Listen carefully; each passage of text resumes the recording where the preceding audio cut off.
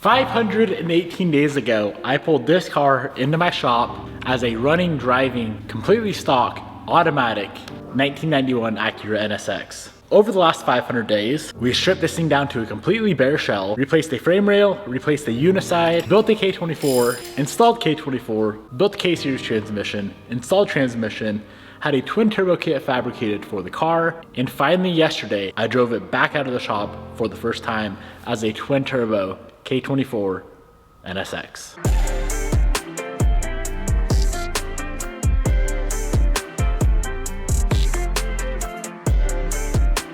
Now, before I attempt to drive this car anymore whatsoever, there's quite a few things I need to fix. The car will not go into reverse on its own using the shifter. I can manually put it in reverse via the shift selector on the transmission.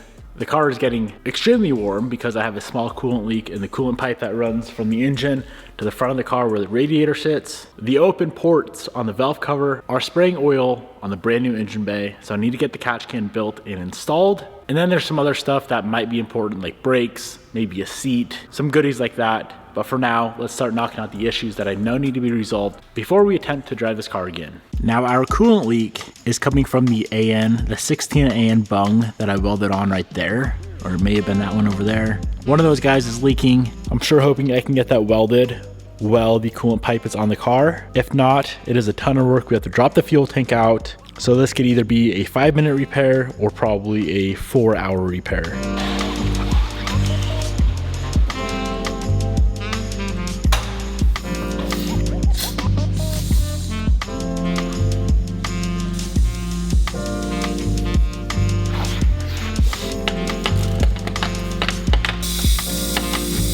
I was trying to pressurize the cooling system, as you guys saw, to locate that leak. Cannot find it for the life of me. How I found it before is just have this car full of water and then it makes an appearance.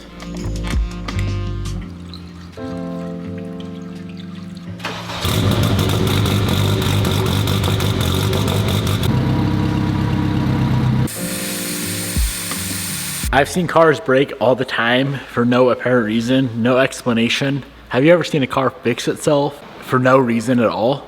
I have it on 2 different lists to fix that coolant leak coming from the coolant pipe, so I know it was there, but now it's not leaking. No idea why. Nonetheless, I do need to get this entire cooling system bled. Of course, I'm gonna bleed it from the get-go with water, and as soon as I verify it truly does not have any leaks whatsoever, I'll drain the water out and I will slap in the antifreeze.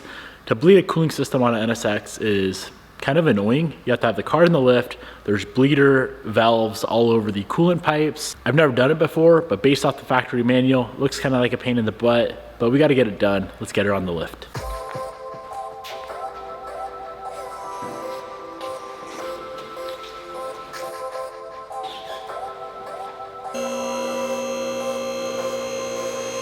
So what they say to do is fill the expansion tank, crack all the little bleeders that look like that until water comes out. That'll get the majority of the air out of the system. And then you start it, shut it off, start it, shut it off. Do that a few times until all the air is out.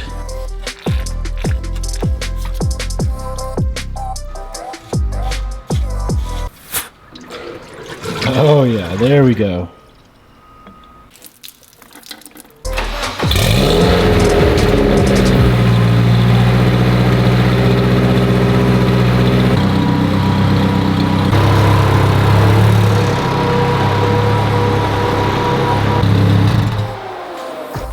Once you know what you're doing, that is a very, very solid system to bleed. Strategically placed bleeder valves make it a few seconds to bleed the entire system. Now, before I call this cooling system good, I do need to go ahead and rebuild one of the lines. Back in the day when I didn't have my crimper, I used the Amazon special fittings. This guy leaks. This is for the heater core. Of course, I want a heater in this car, so I need to go ahead and remake this line with my new crimper. That guy there.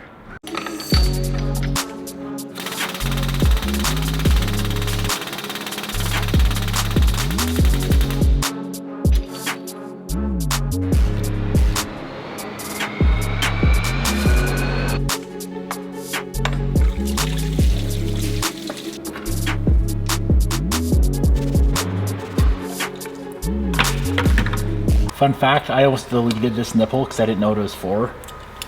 Good thing I didn't, otherwise we'd never be able to bleed out the heater core.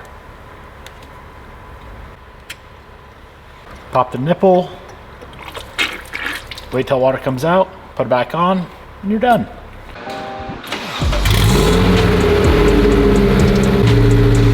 Cooling system is fully bled again with the heater core included this time, and guess what? Still no leaks.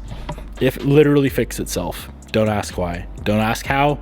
I wish every car would do that. Next thing I'm gonna try to resolve is the shifter. So 1st through 5th works flawlessly. Shifts great, feels great. The cables are not working. I guess you would say there's not enough throw to get it into reverse. So I do have another shifter cable. I'm gonna install that one and go from there. If that doesn't work, I do have some other ideas, but I'm hoping this will take care of the issue.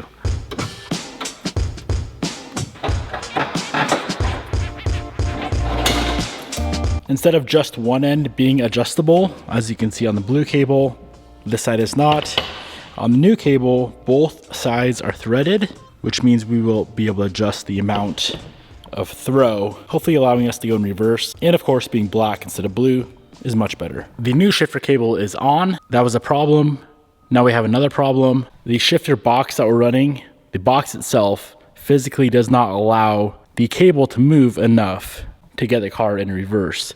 That is a K-tune box. We had to reverse mount it, being that the engine's in the rear. So being reverse mounted, that shifter design simply does not work for what we're doing. I can make it work with some cutting and grinding, but then the problem is the e-brake handle is in the way of attaching the shifter cable to the box. As you can see, this is not fun. We could resolve this very, very easily by purchasing something for like 15 grand. Let's move on. I'm getting frustrated. The next thing I'm gonna work on is fabbing up a nice little catch can, or a decent sized catch can for this setup. And the place where I think it makes the most sense to put it is going to be right in this corner, right over here. You already know, let's grab some cardboard, build a nice little box out of cardboard, transfer it to aluminum, see if I can TIG weld today, and we'll be done.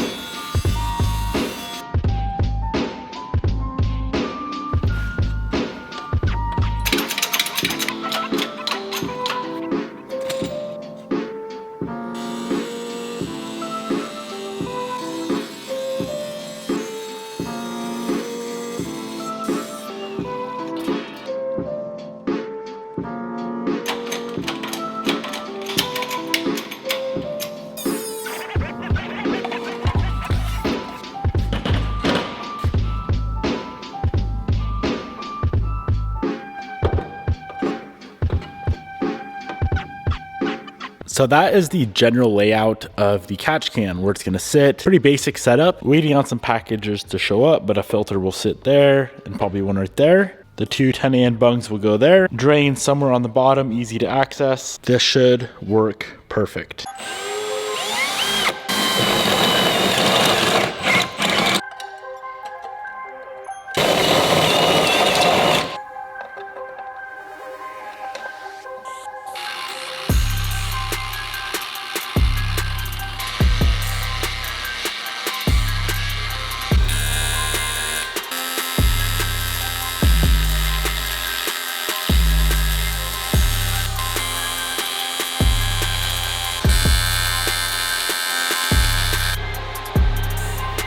The bungs for the lines and the bung for the drain are all welded on. Ended up welding from the inside, so on the outside it looks nice and clean. Last thing before we assemble is the 2.5 inch pipes coming out the top for the breathers.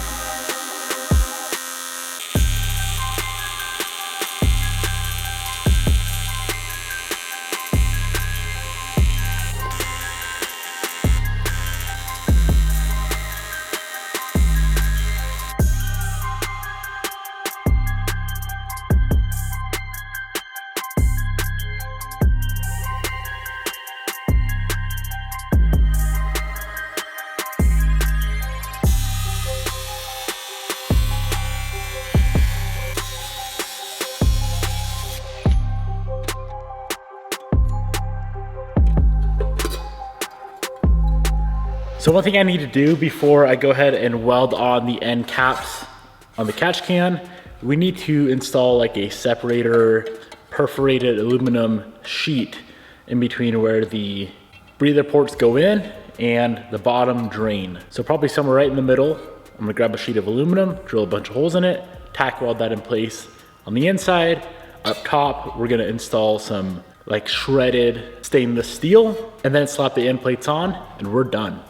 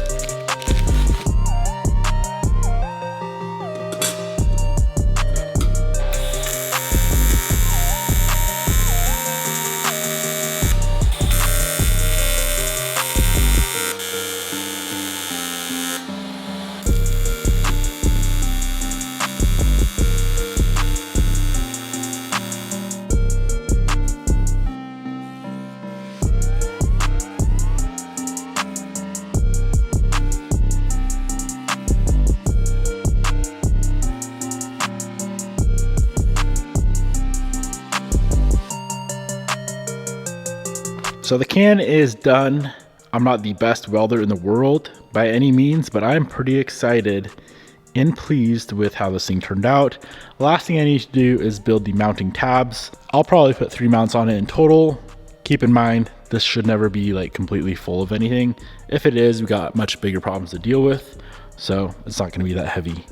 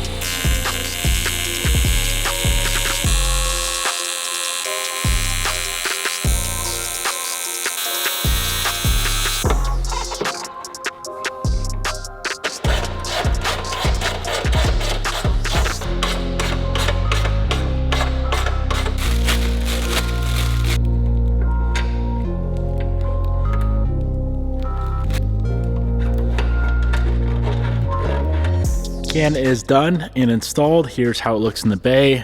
Very, very pleased with how this thing came out. The last thing that I need to do is go ahead and build the lines. So one will connect here, one will connect here. Drain, easy to access right down there. Let's go ahead and knock out the lines and this can setup will be 100% complete and we can check it off the list.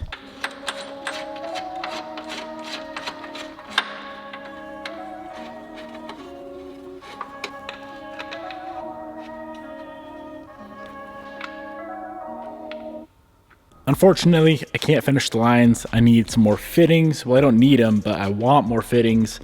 So this is a 10AN ORB straight to a crimp. What I was in the process of doing is a 10AN ORB adapter to a regular 10AN to a 90. Too many fittings and adapters and junk going on.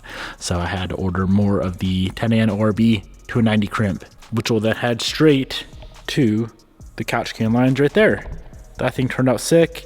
Flows perfect in this bay. Let's move on with life. One last thing on the agenda to take care of for the day. Admittedly, it's a little boring, so feel free to end out the video here if you don't care to see me fix my battery tie down on the car. There's quite a few comments on it.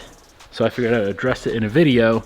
My old tie down ran horizontally, I guess passenger to driver side. When it's on the battery, it's a bit too close to both terminals for my comfort and for a lot of you guys' comfort as well. So I'm gonna go ahead and remake it to run, bam, through the center of the car. I'm gonna have to weld on a bottom brace for it as well to tie it to. So we have some 1/4 inch for the bottom. Here's the current tie down, which I'll just trim up to fit the short way instead of the long way.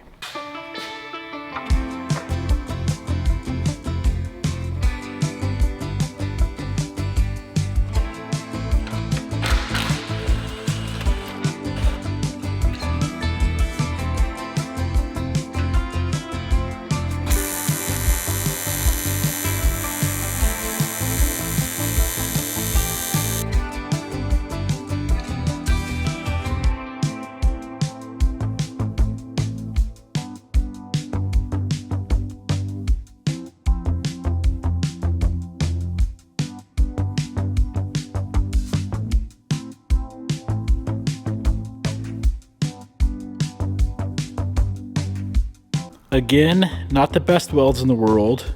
I don't hate them. I don't love them. For me to get really good at something, I gotta spend like 1,000 hours, where I feel like the regular normal person could probably get pretty good at it in like 100 hours. So that is the base of where the battery tie down will sit. Bolt there, and then of course the tie up top.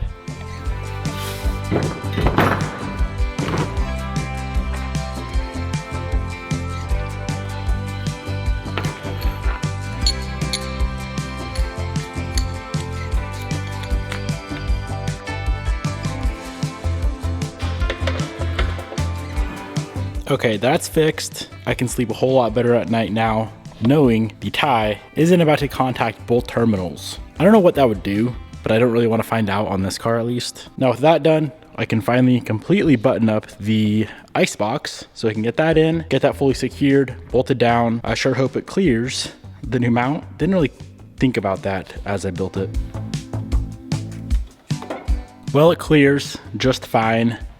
This whole area is a little bit just tight everywhere, and I don't love it. If I were to build a twin turbo NSX again, I'll probably put the battery in a completely different spot. But for this build, it'll work.